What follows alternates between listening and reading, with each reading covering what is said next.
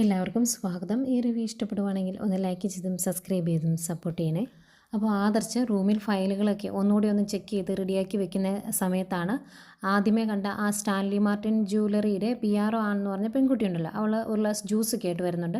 അന്നേരം റിസപ്ഷനിൽ പറഞ്ഞിട്ട് അവിടുന്ന് റൂം ബോയ് കൊണ്ടുവന്നതിനല്ലോ എന്തിനാ ഇങ്ങനെ കൊണ്ടുവന്നതെന്ന് ചോദിക്കുമ്പോൾ അതൊന്നും സാരമില്ല, ഞാനിപ്പോൾ വന്നത് സാറിന് എന്തെങ്കിലും ആവശ്യമുണ്ടോ എന്നുകൂടി അറിയാനാണ് എന്ന് പറയുമ്പോൾ ഇല്ല, ആവശ്യങ്ങളൊന്നുമില്ല, കുറച്ച് കഴിഞ്ഞ് ഞാനും കയറി കിടക്കാൻ പോവാണ്, രാവിലെ എഴുന്നേക്കേണ്ടതല്ലേ, അതുപോലെ 10 മണിയാകുമ്പോൾ അവിടെ വരണമല്ലോ, ഈ ഡീൽ ഉറപ്പിക്കുന്നിടത്ത് പല കമ്പനികളും വരുമല്ലോ, ആ സമയത്ത് അവരുടെ ചെല്ലാൻ പറഞ്ഞ കോൺഫറൻസ് ഹാളിലേക്ക് ചെല്ലണം, അപ്പം അതുകൊണ്ട് കിടക്കാൻ പോവാണ് എന്നൊക്കെ പറയുമ്പം ചോദിക്കുന്നുണ്ട്, രാവിലെ വിളിക്കണോ, ഞങ്ങൾ കറക്റ്റ് ടൈം എഴുന്നേക്കണമെങ്കിൽ വിളിക്കണമെന്ന് ചോദിക്കുമ്പോൾ വേണ്ട, ഞാൻ അലാറം വെച്ചോളാം, ഇനി അഥവാ ഞാൻ എഴുന്നേറ്റില്ലെങ്കിൽ ഒന്ന് വിളിക്കണമെന്ന് ഞാൻ റിസപ്ഷനിൽ പറഞ്ഞിട്ടുണ്ട്, അവർ വിളിച്ചോളും എന്ന് പറയുന്നു. അന്നേരം ആ പെങ്കുച്ചി പറയുന്നുണ്ട് കേട്ടോ, ഞങ്ങളുടെ കമ്പനിക്ക് ഏറ്റവും കൂടുതൽ താല്പര്യം നിങ്ങളുടെ ജ്വല്ലറി ആയിട്ട് ടൈപ്പ് ആവാനാണ്, മിക്കവാറും നിങ്ങൾക്ക് തന്നെ കിട്ടും, അതുകൊണ്ട് സാർ ടെൻഷനൊന്നും ആവണ്ട എന്ന് പറഞ്ഞിട്ട് അവരങ്ങ് പോകുന്നു. അപ്പോഴത്തേക്കും ആദർശ് ചോദിക്കുന്നുണ്ട് കേട്ടോ, ഏതൊക്കെ കമ്പനികളുണ്ട് ഡീലിന്, ഏതൊക്കെ കമ്പനികൾ വന്നിട്ടുണ്ട് എന്നൊക്കെ ചോദിക്കുമ്പം അവർ പറയുന്നുണ്ട് കേരളത്തിൽ നിന്ന് 3 ജ്വല്ലറികൾ പങ്കെടുക്കുന്നുള്ളൂ എന്ന് പറയുന്നുണ്ട്. അന്നേരം AN ജ്വല്ലറി ഉണ്ടോ എന്ന് ആദർശ് എടുത്ത് ചോദിക്കുമ്പോൾ അവരും ഉണ്ട്, അവരിപ്പം പെട്ടെന്ന് വളർന്നുകൊണ്ടിരിക്കുന്ന ഒരു സ്ഥാപനമാണല്ലോ എന്നൊക്കെ പറയുന്നുണ്ട്. അന്നേരം ആദർശ് പറയുന്നുണ്ട് അത് നേരെ, പിന്നെ എന്നും ഞങ്ങൾ തന്നെ ഒന്നാം സ്ഥാനത്ത് നിൽക്കണമെന്ന് വാശി പിടിച്ചിട്ട് കാര്യമില്ലല്ലോ, ബിസിനസ് ആകുമ്പോൾ ഉയർച്ച താഴ്ചകൾ ഉണ്ടാവുമല്ലോ എന്നും ആദർശ് പറയുന്നുണ്ടായിരുന്നു.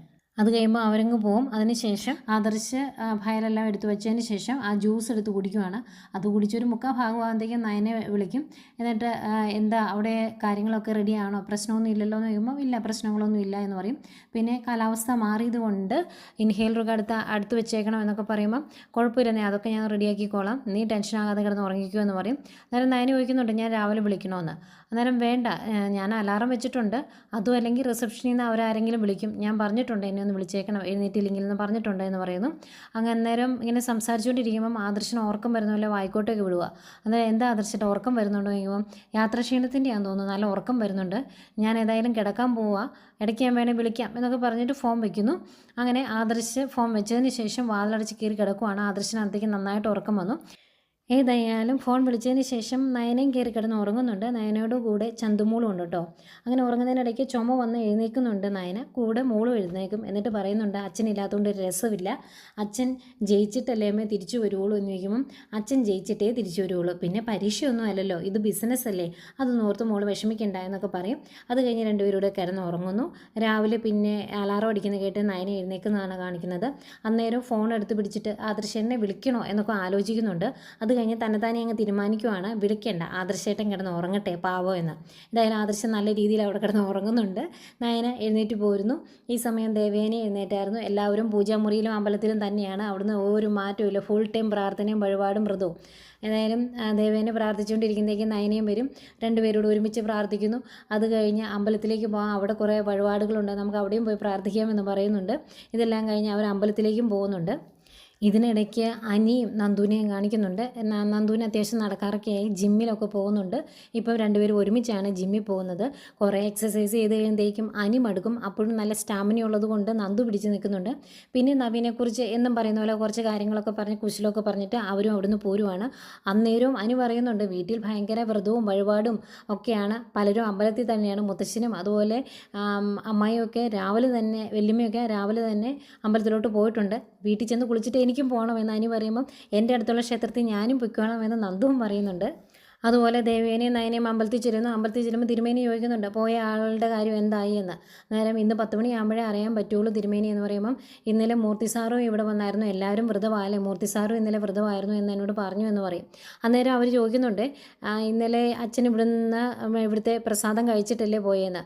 അന്നേരം ഇല്ല, ഞാൻ പ്രസാദം കഴിക്കാൻ പറഞ്ഞപ്പോഴും ഒന്നും വേണ്ട എന്ന് പറഞ്ഞു, അസുഖമുള്ള ആളല്ലേ, അങ്ങനെ വ്രതം എടുത്താൽ ശരിയാകിയല്ലോ എന്നൊക്കെ ഞാൻ ചിന്തിച്ചായിരുന്നു എന്നൊക്കെ തിരുമേനി പറയുന്നുണ്ട്. അന്നേരം ദേവേനി പറയും ഞങ്ങളോട് പറഞ്ഞത് ഇവിടുന്ന് പ്രസാദം കഴിച്ചു എന്നാണല്ലോ പറഞ്ഞത് എന്ന് ദേവേനി പറയുന്നുണ്ട്. അന്നേരം തിരുമേനി പറയുന്നുണ്ട് ഏതായാലും വീട്ടിൽ ചെന്ന് എന്തെങ്കിലും ഭക്ഷണം കഴിപ്പിക്കണം, മൂർത്തി സാറിന് വയ്യാത്തതല്ലേ, അപ്പോൾ ഇങ്ങനെ പട്ടിണി ഇരുന്നാൽ ശരിയാകിയല്ലോ എന്നൊക്കെ തിരുമേനിയും പറയുന്നുണ്ട്.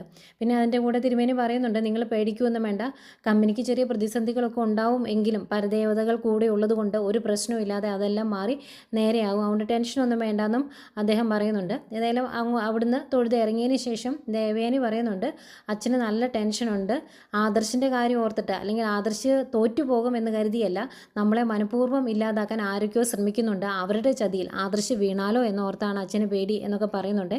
അവർക്ക് ആകെ ടെൻഷനാണ്. ഇനി ആദർശിന് നല്ല രീതിയിൽ കാര്യങ്ങൾ അവിടെ പെർഫോം ചെയ്യാൻ പറ്റുമോ, അതിനിടയ്ക്ക് എന്തെങ്കിലും ചതി നടക്കുമോ എന്നൊക്കെ ഓർത്ത്. ഈ സമയം വീട്ടിൽ മുത്തശ്ശി പറയുന്നുണ്ട്, ഇന്നലെ നേരാവണ്ണം ഭക്ഷണമൊന്നും കഴിച്ചിട്ടില്ല, അമ്പലത്തിൽ നിന്ന് കഴിച്ചതേ ഉള്ളൂ, അത് സത്യമാണോ എന്ന് ആർക്കറിയാം, എന്തെങ്കിലും ഭക്ഷണം കഴിക്കാൻ മേലായിരുന്നു എന്നൊക്കെ ചോദിക്കുമ്പം ആദർശ് ആ ഡീൽ ഉറപ്പിച്ചു എന്ന് പറഞ്ഞാൽ എനിക്ക് സമാധാനമുള്ളൂ, അതിനുവേണ്ടിയാണ് ഞാൻ വെയിറ്റ് ചെയ്യുന്നത് എന്നൊക്കെ പറയും. അപ്പോഴത്തേക്കും ദേവേനയും നയനയും കൂടെ വരും. അന്നേരം ദേവേനെ പറയുന്നുണ്ട്, അച്ഛൻ ഇന്നലെ നുണ പറഞ്ഞുല്ലേ, അമ്പലത്തിൽ നിന്നൊന്നും കഴിച്ചില്ല എന്ന് അവിടുത്തെ തിരുമേനി പറഞ്ഞുല്ലോ, അച്ഛൻ ഈ വയ്യാതിരിക്കുമ്പോൾ ഇങ്ങനെ പട്ടിണി ഇരുന്നാൽ കൊള്ളിയല്ല എന്നൊക്കെ പറയുന്നുണ്ട്. അന്നേരം മുത്തശ്ശി പറയുന്നുണ്ട്, കരൾ മാറ്റി വെച്ച് ഒരുത്തി പട്ടിണി കിടക്കുന്നു, അതുപോലെ അസുഖം വന്ന് മാറിയതേ ഉള്ളൂ നിങ്ങളിങ്ങനെ ഭക്ഷണം കഴിക്കാതിരുന്നാൽ എങ്ങനെയാണ് ശരിയാകുന്നത് എന്നൊക്കെ ചോദിക്കുന്നു. അന്നേരം മുത്തശ്ശൻ പറയുന്നുണ്ട്, ഇതെല്ലാം കണ്ടിട്ട് നീ ഭക്ഷണം ഇരുന്നേക്കരുത് കേട്ടോ മോളെ, നീ നിൻ്റെ ആരോഗ്യം നോക്കിക്കോണം എന്ന് പറയുന്നുണ്ട്. അന്നേരം നയന, എല്ലാവരും ഭക്ഷണം കഴിക്കാതിരിക്കുമ്പോൾ എനിക്ക് കഴിക്കാൻ ബുദ്ധിമുട്ടാണ് എന്ന് നയനയും പറയുന്നുണ്ട്. ഏതായാലും ഇവരിങ്ങനെ സംസാരിച്ചുകൊണ്ടിരിക്കുമ്പം ദേവേനി പറയുന്നുണ്ട്, AN ജ്വല്ലറിക്കാരുമായിട്ടാണ് ഇപ്പോൾ കൂടുതൽ അടുപ്പം നവ്യയ്ക്ക്. നവ്യ അവരുടെ മോഡലാണല്ലോ, അതുകൊണ്ട് AN ജ്വല്ലറിക്കാർ ഈ ഡീൽ ഉറപ്പിക്കണമെന്നാണ് നവ്യയും ജലജയും അഭിയും ഒക്കെ ആഗ്രഹിക്കുന്നത് എന്നിങ്ങനെ പറയുക.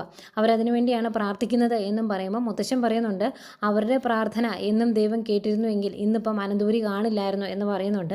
പിന്നെ മുത്തശ്ശൻ പറയുന്നുണ്ട്, ശരിക്കും ആദർശിൻ്റെ ജയത്തിന് വേണ്ടി പ്രാർത്ഥിക്കേണ്ടത് അഭിയും ജലജയ്ക്കാണ്. കാരണം അവൻ്റെ ജീവിതം ഇപ്പം നിലനിൽക്കുന്നത് ആദർശ് വലിയൊരു ത്യാഗം ചെയ്തുകൊണ്ടാണ്.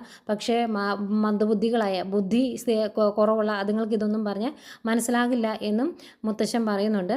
എന്തായാലും എല്ലാവരും നല്ല ടെൻഷനിലാണ്. ഇവരിവിടെ സംസാരിച്ചുകൊണ്ടിരിക്കുമ്പോഴും അവിടെ കൂർക്കം വലിച്ച് കിടന്ന് ഉറങ്ങുന്നുണ്ട് ആദർശ്.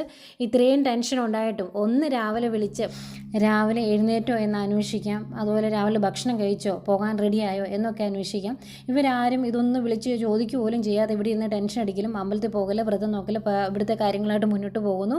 രാവിലെ ആദർശൻ്റെ ശബ്ദം കേട്ടില്ലേ, എഴുന്നേറ്റാൽ ഒരു സുഖമില്ലാത്ത നയന പോലും വിളിച്ചിട്ടില്ല എന്ന് തോന്നുന്നു. ഏതായാലും കൂർക്കം വലിച്ചിരുന്ന് ഉറങ്ങുന്ന ആദർശിനെയും കാണിക്കുന്നുണ്ട്. ഇതൊക്കെയായിരുന്നു ഇന്നത്തെ എപ്പിസോഡ്.